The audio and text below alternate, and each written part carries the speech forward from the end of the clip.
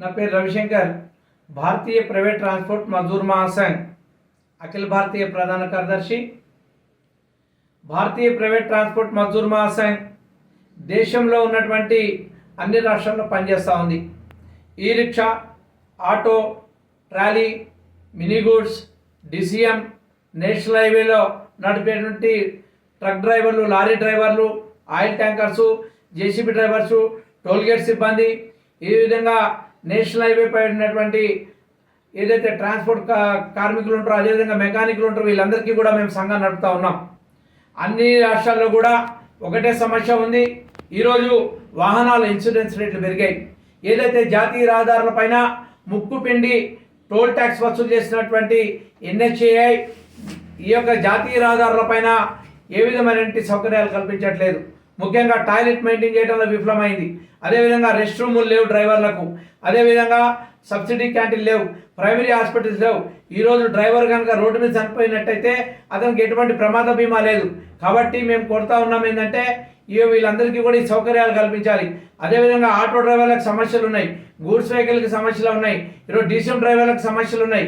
ఈ యొక్క సమస్యలు పెడవజేయని పెట్టి ప్రధానంగా తెలంగాణ రాష్ట్రంలో ఈ యొక్క రాష్ట్ర ప్రభుత్వం చోద్యం చూస్తూ ఉంది.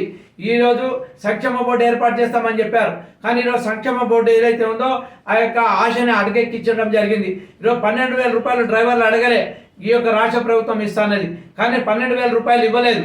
మరి ఎందుకు ఇవ్వలేదని చెప్పి మేము ప్రశ్నిస్తూ ఉన్నాం.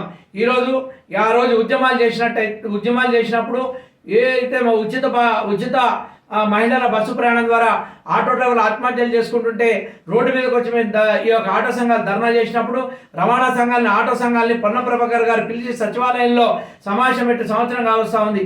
ఈరోజు ఉద్యమం మీద చల్లటి నీళ్లు చల్లి ఈరోజు చోద్యం చేస్తున్నటువంటి రాష్ట్ర ప్రభుత్వానికి ఒక హెచ్చరించడానికి ఈ యొక్క కేంద్ర ప్రభుత్వం కూడా మా యొక్క సమస్యలు పరిష్కారం చేయడానికి, సంక్షేమ బోర్డు ఏర్పాటు చేయడానికి, ఈఎస్ఐపిఎఫ్ ఏర్పాటు చేయడానికి మేము ఏదైతే రాబోయేటువంటి కాలంలో మా కార్యాచరణ ప్రకటించడానికి దేశవ్యాప్తంగా ఉన్నటువంటి అనేక రాష్ట్రాల్లో ఉన్నటువంటి సమస్యలు ఈరోజు బీహార్లో ఏదైతే బీహార్ గవర్నమెంట్ ఉందో, బీహార్ గవర్నమెంట్ ఈరోజు ఆటోలో స్కూల్ పిల్లలు తీసుకెళ్ళొద్దని చెప్పేసి ఏదైతే జీవో తీసిందో దీన్ని వ్యతిరేకిస్తూ ఉన్నాం భారతీయ ప్రైవేట్ ట్రాన్స్పోర్ట్ మజ్దూర్ సంఘంగా. కాబట్టి ఇటువంటి సమస్యల్ని పరిష్కారం దిశగా రాబోయే కాలం ఉద్యమ కార్యాచరణ రూపొందించడానికి 20 రాష్ట్రాల నుంచి ఈ వస్తున్నటువంటి ప్రతినిధులకు స్వాగతం పలుకుతా ఉన్నాం.